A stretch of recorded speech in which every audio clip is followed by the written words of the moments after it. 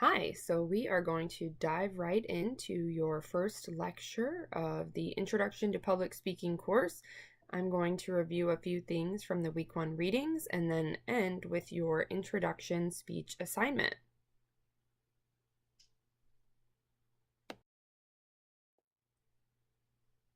Communication is all around us, so it's important to understand these concepts for future classes and careers. The book starts off by discussing culture and co-culture, a word I constantly stumble over, instead of diving directly into how to be a better speaker. Why do you think that is? Our culture, what makes us, us, directly impacts our communication and public speaking skills. For example, I come from an animated, loud Irish Catholic family, so I tend to be animated and a loud communicator. Sometimes it's a good thing, sometimes it gets me into trouble. However, my husband comes from a culture that values a quieter communication style, and he was both raised with and developed through his life experiences a different set of beliefs, attitudes, and values than I was. I give you this as an example of the diversity of people. Being in an online classroom creates a natural culture barrier for us all. Make sure you keep this in the back of your mind and you take this into consideration when you post in discussions, choose speech topics, and prepare to speak.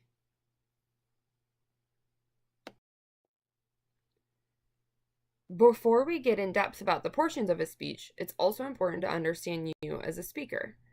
Ethical communication is extremely important in the classroom. Without ethics, you lose your credibility, and without your credibility, you lose your audience's attention. Again, I just ask that you review this list and consider the communication world and this classroom. Respect your fellow students and the assignments. We're all in this together.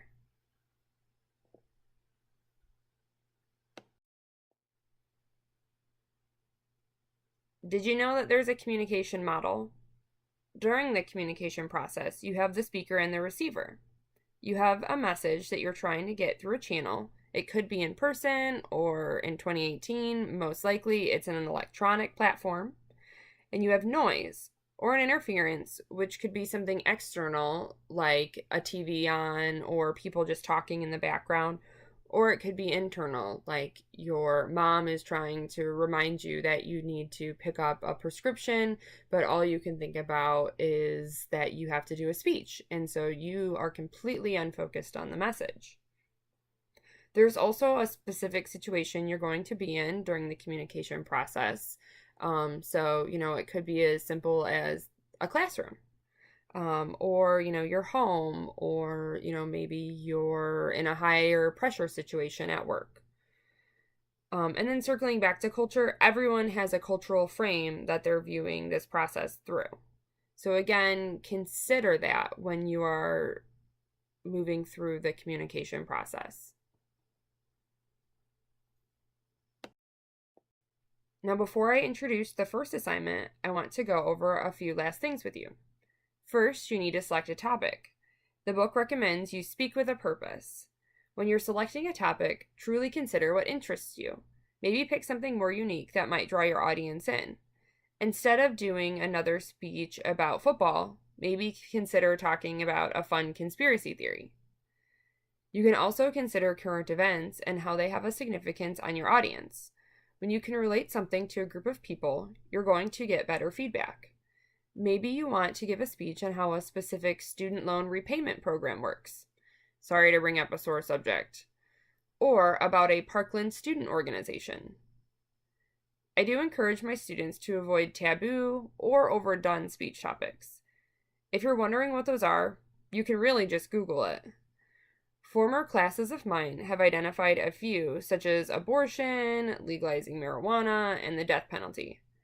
And it's not because we wanted to avoid controversy in the classroom, but because we've already said our opinions. We've got our values and we've got our beliefs and attitudes about those topics, and they're really hard to change. And also, we've already been bombarded with enough information about those topics, so there's really not much more that somebody in a 5 to 7 minute speech can provide to you.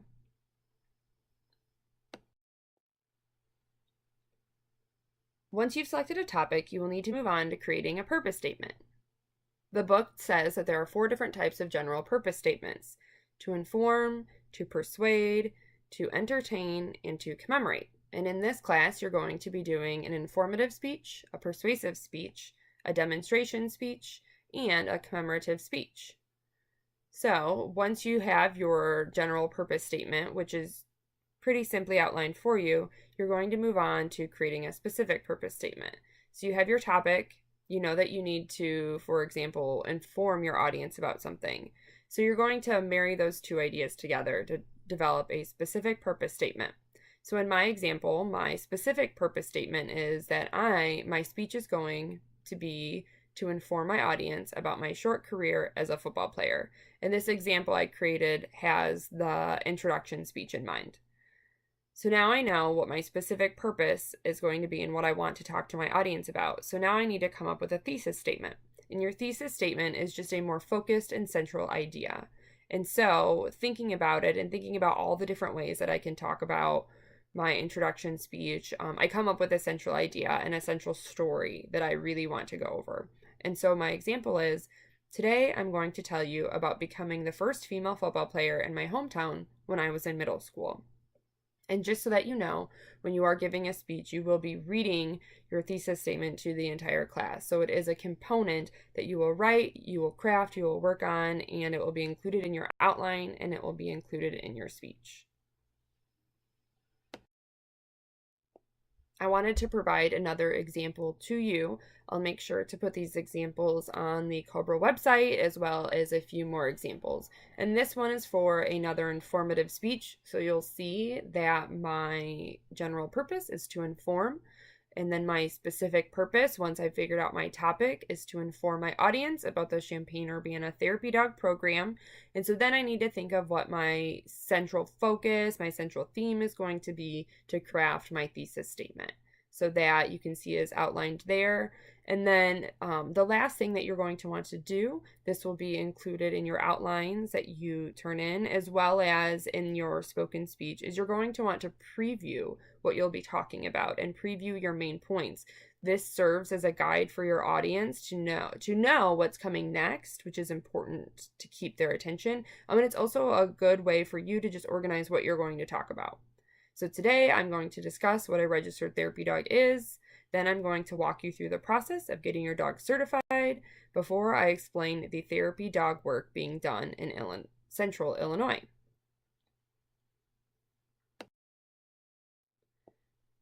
Speech number 1.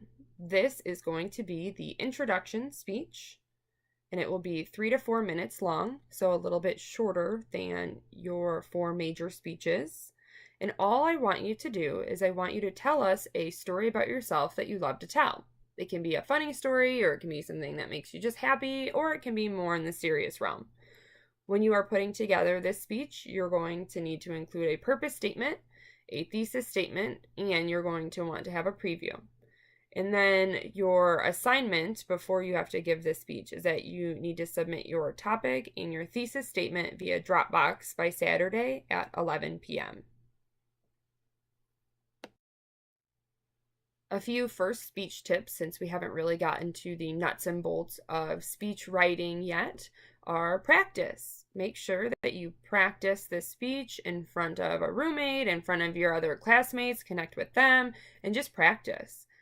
Pick a story you've told before. It's going to probably just make you feel a lot better if it's something you're comfortable talking about. You've already then practiced it a couple of times, but also don't fall into that trap of, oh, I tell this story all the time, so I know I'm going to tell it well, because you are going to be nervous, which is something that we'll touch on in the next lecture. And then if this was a movie, it should have a PG or PG rating. So make sure that you're telling a story that is appropriate. Make sure you're telling a story that you would be comfortable telling your mom or a priest or your grandparents. And then my last tip, which is incredibly important, is to just have fun with this.